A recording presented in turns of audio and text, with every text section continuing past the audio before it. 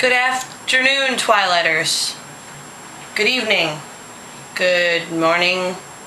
Edward doesn't sleep, so why should I? That's my view on things. The weather in Forks today is 42 degrees and cloudy, so it's not much of a change from yesterday.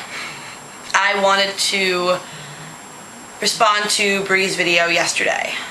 So Bree talked a little bit about why she doesn't understand why people hate Jacob.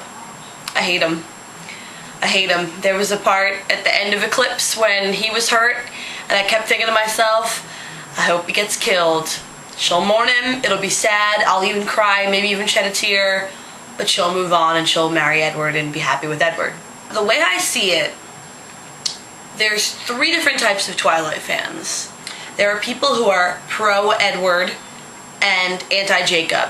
I love Edward, I hate Jacob, I am this first type. I don't like Jacob at all. I wish he were dead. I don't really like him. I'm sorry. I'm not going to apologize for it. Call me controversial, call me one-sided, call me narrow-minded. I don't care. I love Edward Cullen, okay?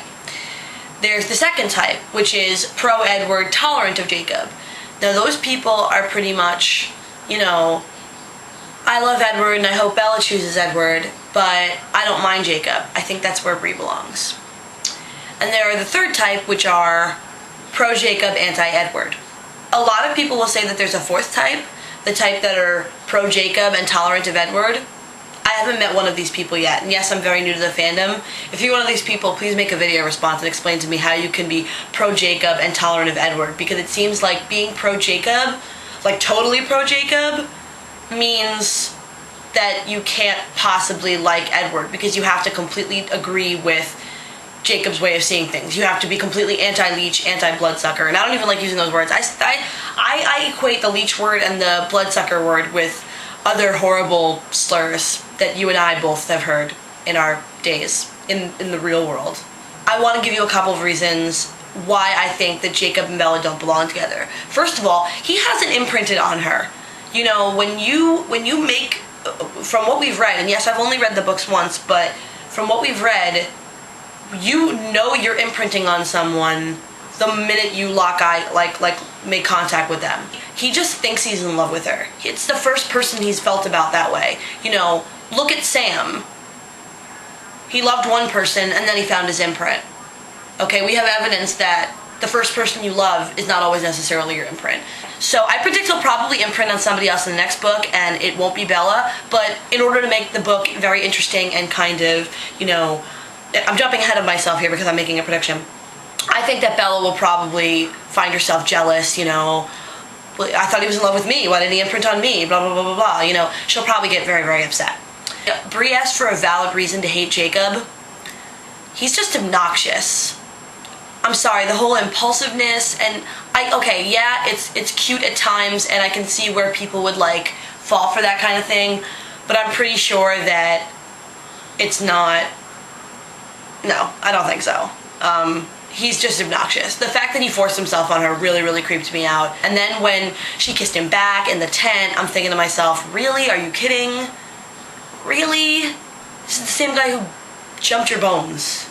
Anyway, today is Music Thursday. Each week I'm going to pick a song, or Bree is going to pick a song, that kind of sums up the feeling of a scene or a chapter or a book or whatever, a setting, you know, a place, you know, in the novel or novels, and kind of gonna read a little bit from that song and then play a little clip of the song.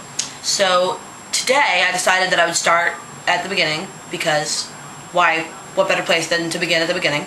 There's this, you know, there's that moment in Twilight where you pretty much understand that Bella and Edward are gonna be together. I'm gonna read you a little bit of the song.